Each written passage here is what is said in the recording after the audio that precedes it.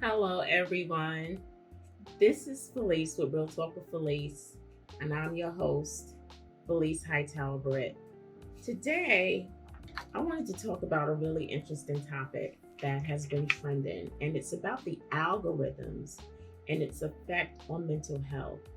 And I've been pulling up articles and I've been reading reports on this, and it's kind of major, everyone. And I just want to be transparent with you because I personally have like this love hate relationship when it comes to social media. And the reason is because I am a licensed professional and I know what social media and its effects has on people, especially our young people. I don't know if you knew or not, but there's a crisis going on right now with adolescents and mental health. They are really struggling mentally. And a big reason and part of that is social media and the algorithms. The algorithms are designed, right, to show you particular posts based upon what it is you swipe or what it is you like or what it is you follow. And so they base those algorithms off of that to ensure that they keep you coming back for more. And so I'm just going to read a little bit of stuff to you about this because we also have what's going on in the government concerning the algorithms and social media. And it's called Section 230. So don't quote me on this. I'm just going to read it. But it's called Section 230. And it's about social media algorithms. And it says that companies cannot be held liable for negative content posted on their site. And if reworked, it is expected that the algorithms of social media sites will be forced to be held accountable for the negative effects that their algorithms have. So you let me know later in your comments whether or not you agree or disagree, because some people are really, staunch supporters of the equal rights of the press and free speech and being able to say and post what you want. But what about if it's having a negative effect on our young people? And not just young people, it's a lot of people, but our young people are really being affected by this. What if it's your child or your brother, your sister, your niece, your nephew, your next door neighbor? I mean, I believe that we're all socially responsible for one another in some shape, form, or manner. And I think that social media has to be more mindful about the things that they're subjecting our young people to, especially if they're being purposeful in how they're getting people to essentially be addicted to social media. And I'm telling you, it's real. To be addicted by social media is a real thing. And I'm just going to read a few of the statistics. As of 2021, there are over 3.78 billion social media users worldwide. So that's 3.78 billion social media users worldwide, with each person averaging 145 minutes of social media use per day. And in those hours spent online, it is causing a harmful impact on people's mental health, which includes loneliness, anxiety, fear, worry, depression, FOMO, fear of missing out, social comparison. All of these things affect our mental health, and it's real. And I know that it's a part of our very fiber and culture right now. And so it's kind of hard and difficult to tell people that social media is having this effect. But what do we do about it? What are some of the things that we need to do to help people? Well, I'm a true believer in moderation. Is there a certain time of day that you can get on social media and then be done with it? Or I'm also a fan of weaning yourself off. So maybe one week you only spend 2 hours on social media, and then week two you go down to an hour and a half, and then week 3 you go down to an hour, to where you are maybe only spending about 20 minutes on social media. A weaning process is something that might be considered. I'm also a fan of fasting. I think that sometimes it's good to just give yourself a respite and to just rest, get away from it all. I know that I even struggled in the past. I mean, it's just natural. You're seeing people doing these magical things, right? Forgetting that people are using filters, forgetting that people are editing stuff so that it comes out perfect, forgetting that people are staging their content to make sure that it comes across a certain way. All these things factor into its authenticity. And so, what am I saying? I'm saying that everybody on social media is not just in real life, they're not really those people. That's what I mean. And so, a lot of times, you're looking at these people and you start comparing yourself against these people, and it's not real.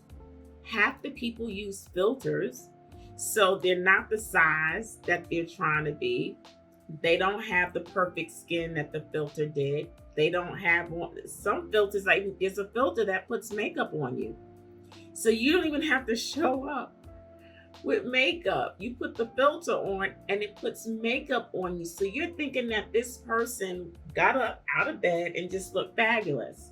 And thank you if you think I do. I'm playing. But if you think I'm fabulous, I'll take it. What am I saying? I'm saying that a lot of the stuff that you're seeing and you're comparing yourself to is not even real. But that self comparison can cause you a lot of anxiety and depression. And it'll make you feel that maybe you're not enough, or that you're not doing enough, or that you're not even capable of doing what you're seeing on social media. And that's not good for your mental health. But if you keep subjecting yourself to these things over and over and over again, what do you think will happen? And then you get into those loops, right? Where you want to get off, but you can't. And so, what do? And so, algorithms, I think, play a critical role in you being addicted and not being able to get off of social media. And there's so many other things you can be doing. You could be reading a good book. You could be going out with friends. You could be socializing. You could be doing a good hobby, such as reading, writing, hiking, exercising. You could be learning a new instrument, learning how to do a new dance steps. There are so many things that you could be doing.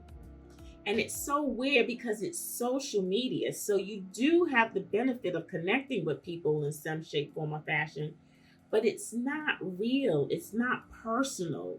You're not engaging. And what you're doing is actually limiting your social skills and your ability to engage and navigate and communicate in real time with the real people. And I'm not saying that social media, the people aren't real, but it's not as authentic as it can be. And so social anxiety has actually increased mainly due to social media. And it's those algorithms, y'all. And so I just want to give you something to think about, right? That you are being programmed to get addicted, to contribute to the demise of your mental health and well-being. Why would you contribute to that? Why would you play into damaging your mental health and contributing to that on purpose? And I know you don't mean to, and I might be a little dramatic. I have been accused of that, really. So y'all give me some grace, right? So just walk with me a little bit. I want you to really take good care of yourself. And how do you do that? I'm not saying that you've got to get rid of social media altogether, but these algorithms are suggesting that they are programming you to be addicted. And that addiction is causing self-comparison. That addiction is causing you to have a lessened or lower sense of self. That addiction is causing you, right, not to be able to feel confident in social settings like you used to because you're behind a screen. You're not engaging like you used to be, or if you ever did, but you're not increasing in that skill set. that is contributing to people's mental health and the limitations that they're experiencing.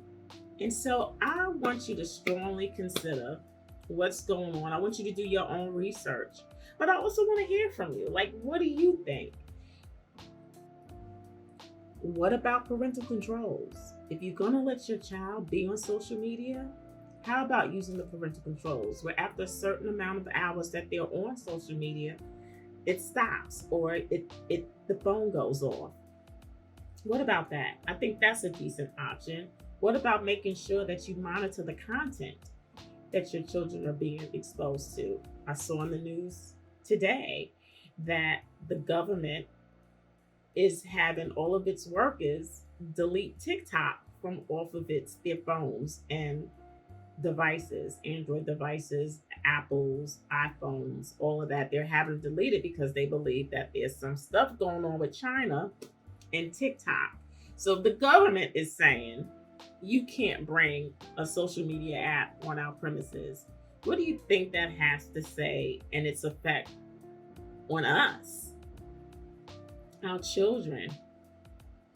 What do you think? I really want to hear from you because we're all in this together and we all have to find a solution. And these are your people. These are your children. These are your nephews and nieces and friends that are being affected by these algorithms. And I am not saying totally get rid of social media, but I know its effects. I talk to clients every day who in some shape, form, or fashion are being affected by social media and its effects. And they don't know how to get off because they really don't think it's an addiction, but it is. And so I need us to strongly consider how much time we're spending on social media and to know that there's a wealth of options out there for you besides social media. How about going outside for a walk, getting some real vitamin D, taking in some fresh air, and spending good quality in-person time with people you enjoy and love and who make you happy. And by the way, rebuilding your social skills. How about that? So I hope I gave you something to think about, and I look forward to hearing from you. I'm really excited to see what you have to say because I love dialoguing with people, and I think I provide people with grace because I believe I'm a really good listener when it comes to fascinating conversation. So let me hear from you, or just tune in and subscribe to my channel, Real Talk with Felice. Have a good evening.